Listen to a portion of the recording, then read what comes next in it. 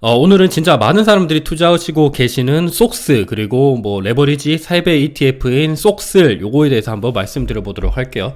일단 첫 번째가 미국의 필라델피아 반도체 지수의 ETF이죠. 속스입니다. 보면 최근 6개월 동안 마이너스 12% 떨어졌고요. 굉장히 많이 떨어졌습니다. 근데 같은 기간 동안 QQQQ, 그러니까 나스닥 ETF 같은 경우는 플러스 5.5%, 그리고 S&P 500 ETF 같은 경우는 7% 정도 올랐습니다. 와, 진짜 나스닥이랑 S&P 500이 이렇게까지 많이 올랐는데 반도체 지수만 이렇게 최근 들어서 많이 떨어졌거든요. 마이너스 12%면 와, 진짜 반도체 지수가 이렇게 떨어졌다라 그러면 개별 종목단에는 진짜 굉장히 많이 떨어진 종목들이 많을 것 같다라는 생각을 하고 있습니다. 최근 6개월 동안 이렇다라는 건데, 보면 최근 5년 동안 원래 반도체 ETF가 다들 아시다시피 뭐 엔비디아 주가 많이 올랐죠. 브로드컴 주가 많이 올랐습니다. 그리고 뭐 다들 뭐 퀄컴도 주가 많이 올랐죠. 떨어진 곳은 뭐 인텔 요 정도밖에 없었긴 했었어요. 그래서 최근 5년 동안은 뭐 QQQ랑 그리고 S&P 500 대비해서 아웃퍼폼 했었던 게 굉장히 많았어요. 보면 2020년부터 2020년도까지도 반도체 ETF가 나스닥이랑 S&P 500보다도 훨씬 더 아웃퍼폼 했었고, 그리고 떨어질 때는 뭐 훨씬 더 낙폭이 크긴 했었어요. 여기서 보면 이걸 알 수 있죠. 반도체 ETF 같은 경우는 오를 때는 진짜 화끈하게 오르고 떨어질 때도 화끈하게 떨어진다. 근데 최근 들어서 중요한 거는, 최근에는 나스닥이랑 S&P 500이 많이 올랐는데 반도체 ETF는 오히려 떨어졌다. 그리고 최근에는 조금씩 올라가는 듯한 모습이 보이고 있다. 이게 가장 중요한 모습인 것 같아요. 오늘은 일단 속스에 대해서 한번 말씀드릴 텐데, 결론부터 말씀드리면 짧게 일단 정리해서 결론부터 말씀드리는 걸 좋아하시잖아요. 저는 반도체 ETF를 최근 들어서 매수를 하기 시작했습니다. 이 이유 관련돼서는 뒤에서 한번 차근차근 말씀드려 보도록 할게요.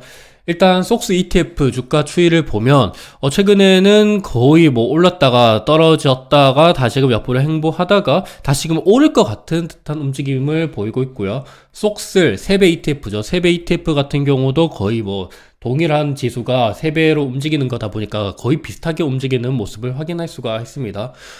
보시면 최근 1년간 속스랑 속슬의 주가 추이를 나타내는 건데, 보시면 주가가 많이 오를 때는 속슬이 진짜 미쳤어요. 최근 1년간 100% 넘게 올랐었던 경우도 있었죠. 근데 떨어질 때는 100% 넘게 올랐었던 게 100%가 아니죠. 한 130% 올랐던 게 마이너스까지 진입을 하고 굉장히 등락이 큽니다. 그래서 좀 강심장이신 분들은 속스를 투자하셔도 괜찮다. 그리고 요거보다는 최근 5년간 보시는 게 조금 더 명확한 것 같아요. 속슬 같은 경우는 플러스 한 250%까지 올라갔다가 마이너스 50%까지도 떨어졌죠. 그리고 다시 플러스 250%, 완전 진짜 막 롤러코스터 타고 있거든요.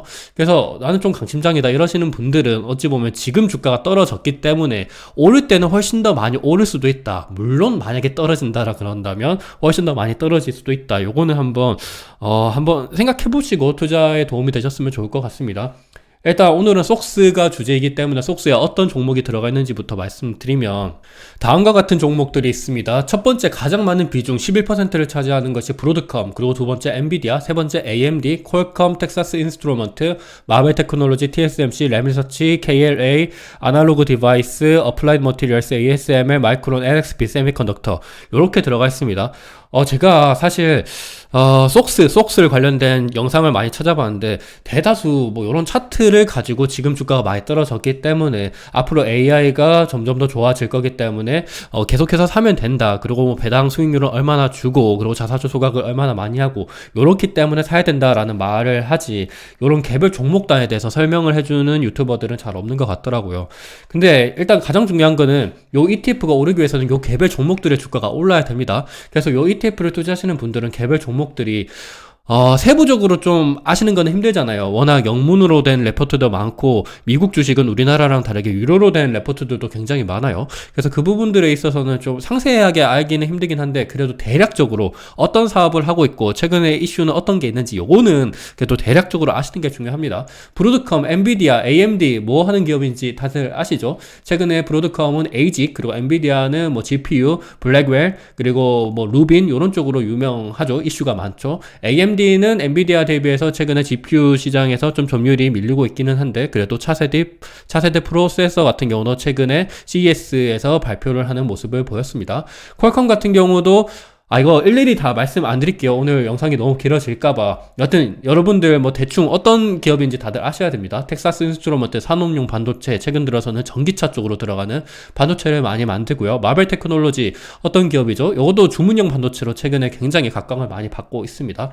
잘 모를 것 같은 거, 아날로그 디바이스 어떤 기업이죠? 여기도 산업용 디바이스, 그리고 뭐 전기차 쪽으로 들어가는, 그리고 통신칩에 들어가는 그쪽으로 만드는 반도체를 많이 만들고 있습니다. ASML 아실 거고, 마이크론 아실 테고, NXP 차량용 반도체, 네덜란드에 상장되어 있는 기업인데, 근데 미국에도 ADR로 상장이 되어 있죠. 여기 안에 들어가 있는 주식들의 주가 추이를 보시면 일단 주가가 많이 오르고 있는 거, 속스 중에서 어떤 거는 주가가 많이 오르고 어떤 거는 주가가 상대적으로 많이 못 올랐기 때문에 그게 합쳐져서 이런 주가가 나타나는 거잖아요. 주가가 일단 많이 오르는 거는 브로드컴 지금 진짜 미쳤죠. 2023년도 2월 달부터 해서 거의 한 2년 동안 주가가 계속해서 오르고 있습니다. 그리고 엔비디아 마찬가지죠. 그리고 마벨 테크놀로지 마찬가지입니다. 그리고 TSMC 마찬가지입니다. 최근 들어서 주가가 이렇게 많이 오르는 종목들의 특징점이 뭐냐면 AI와 관련된 기업이에요. 뭐 GPU랑 ASIC이랑 그리고 TSMC의 뭐 파운드리랑 마벨 테크놀로지도 마찬가지고 뭐 이런 종목들 보면 AI가 조금씩 묻어져 있는 종목들의 주가가 많이 오른다는 것을 확인할 수가 있고, 근데 상대적으로 주가가 많이 못 오르는 곳 같은 경우는 AMD 주가가 좀 많이 못 오르고 있어요. 오히려 주가가 최근에 거의 2년 동안 뭐 그렇게까지 많이 못 오르고 있습니다. 퀄컴 같은 경우도 마찬가지고요. 그리고 텍사스 인스트루먼트도 주가가 조금씩 오르고 있기는 한데 그래도 AI 관련된 기업보다는 그렇게 많이 주가가 못 오르고 있습니다. 램리서치도 마찬가지고요. 램리서치는 고점 대비해서 마이너스 31%예요. 그리고 마이크론도 마찬가지입니다. 그래서 최근에 주가가 많이 못 오르고 있는 종목들의 특징점을 보면 AI 관련된 사업을 하고 있기는 하지만 완전하게 뭐 엔비디아랑 그리고 TSMC랑 이런 기업들 대비해서 상대적으로 점유율이 떨어지거나, 그러니까 뭐 대표적으로 AMD와 같은 기업이죠. 그리고 퀄컴 같은 기업은 최근에는 애플이 좀 안 좋기도 하고 애플에 대한 의존도도 높고 애플이 최근에 통신칩을 자립하려고 하는 움직임을 보이고 있죠. 모뎀칩을 자립하려고 하는 움직임을 보이고 있습니다. 그래서 이런 종목들이 있다. 그리고 뭐 텍사스 인스트루먼트 같은 경우는 산업용 반도체를 만드는데 산업용 반도체가 뭐예요? 그러니까 뭐 로봇이랑 뭐 요런 쪽이죠.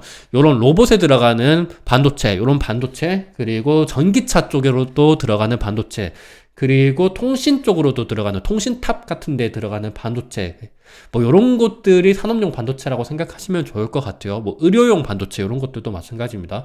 우리가 흔히 아는 뭐 서버용 반도체, 그리고 모바일, AP 요런 쪽보다는 그냥 일반 대중적으로 냉장고, 에어컨 요런 쪽으로도 들어가는, 알면 사물, 산업용으로 쓰는 반도체 있잖아요. 뭐 그런 것들이 들어가는데 이런 쪽은 최근 들어서는 그렇게 좋지가 못하고 있죠.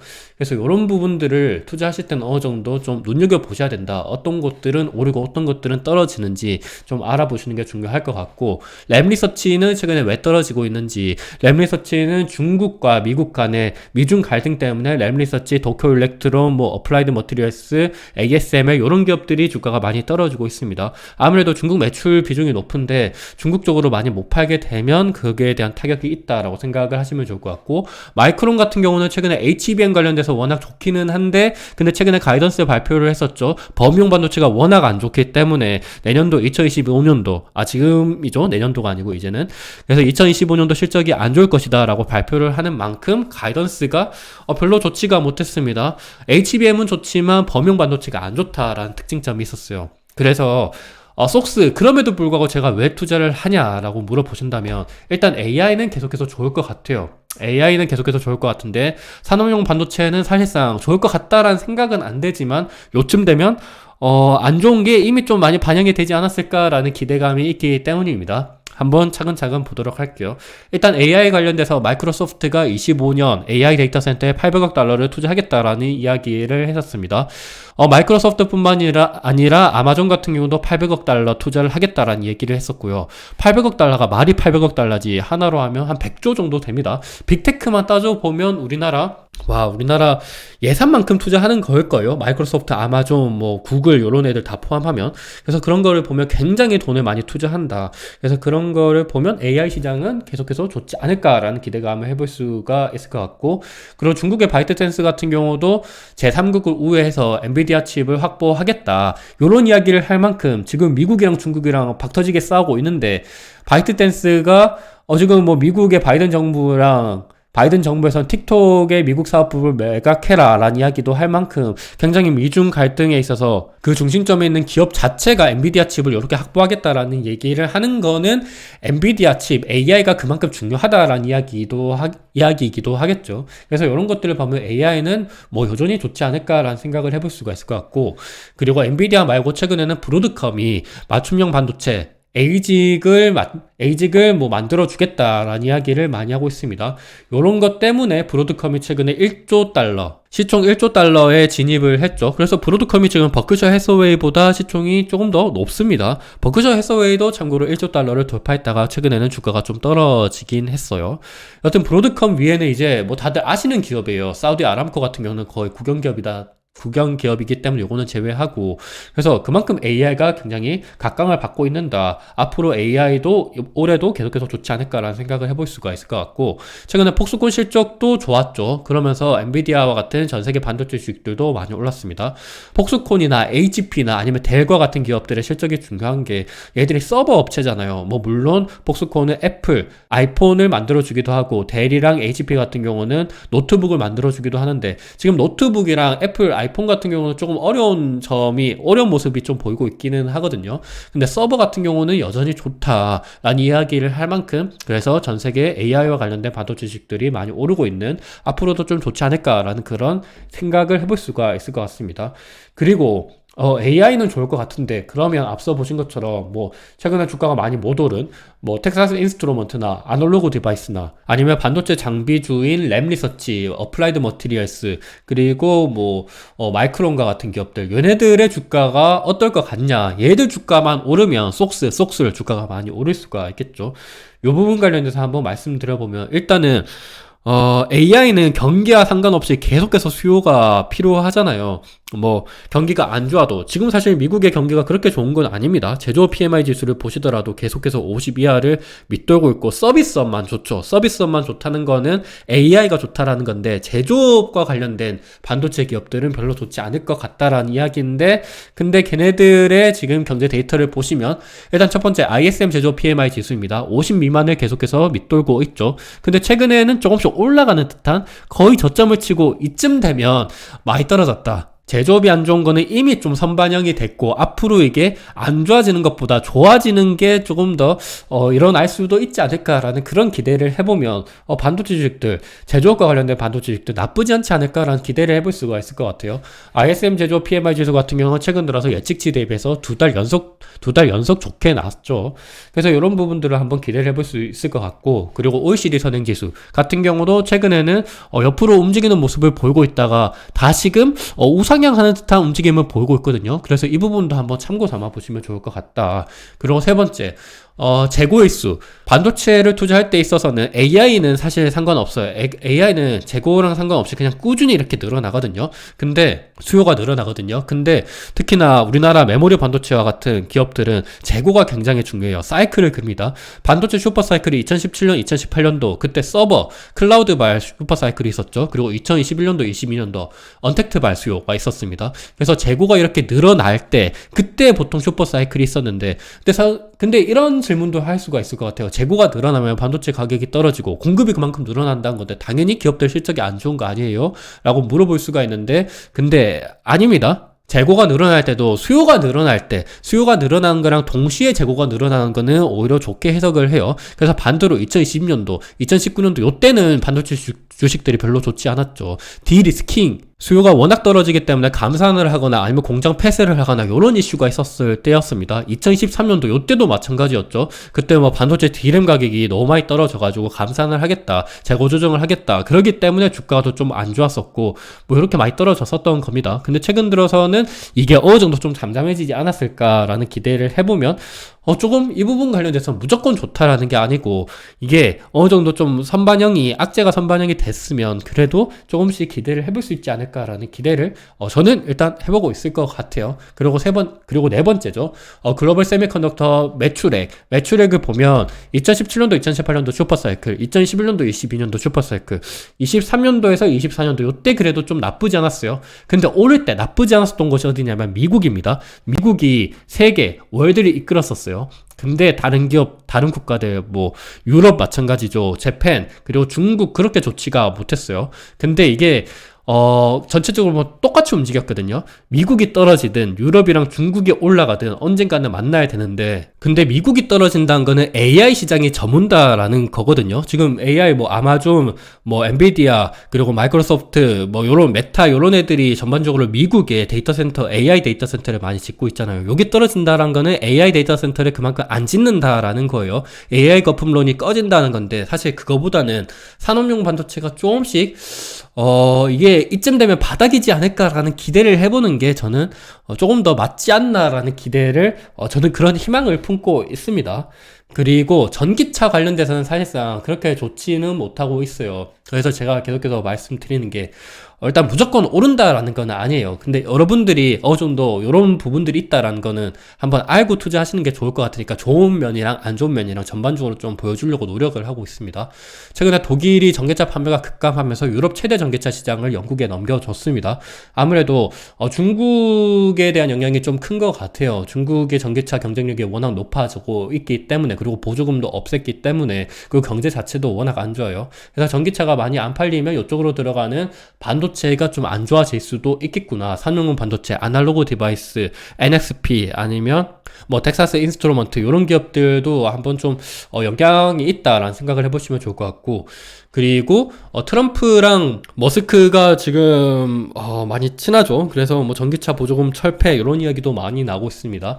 그래서 이런 부분에 있어서는 좀 반도체 시장이 안 좋아질 수도 있겠구나라는 생각을 해보실 수도 있을 것 같아요.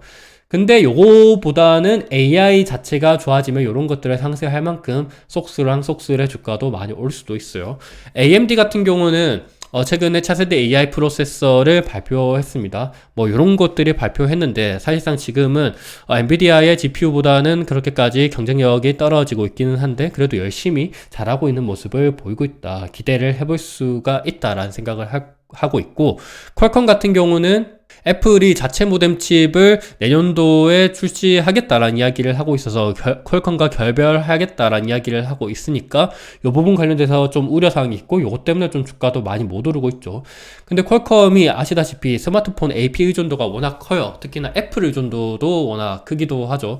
근데 얘네들이 이제 이런 것들을 압니다. 그래서 자동차랑 IoT 관련돼서 매출 220억 달러를 목표하겠다라는 이야기를 한 만큼 요거 관련돼서는 이런 기대감이 있다라는 것도 참고 삼아 보시면 좋고, 그리고 반도체 장비주들 어프라이 머티리얼스, ASML, 램리서치, 도쿄일렉트론, KLA 같은 경우는 중국의 매출 비중이 워낙 큽니다. 근데 최근에 미중 갈등 때문에 얘네들 매출이 좀 많이 떨어지기도 했었죠. 보면 매출 비중 자체도 이렇게 많이 떨어졌습니다. 근데 오히려 최근에는 요런 이야기도 나오고 있어요. 워싱턴 포스트가 트럼프의 핵심 수입 품목만 20% 보편 관세를 적용할 것이다. 그러니까 원래 기존에는 엄청나게 많은 부분에 대해서 관세를 부과할 것이다 라는 전망이 있었는데 워싱턴 포스트는 그러진 못할 것이다. 중국도 워낙 힘이 있고 중국을 전체적으로 관세를 때리면 미국 사람들만 오히려 힘들어질 것이다 라는 이야기를 하고 있기도 해서, 요게 이쯤 되면 안 좋은 소식만 나오고 있다가 그래도 좀 희망의 불꽃과 같은 그런 소식이 나오면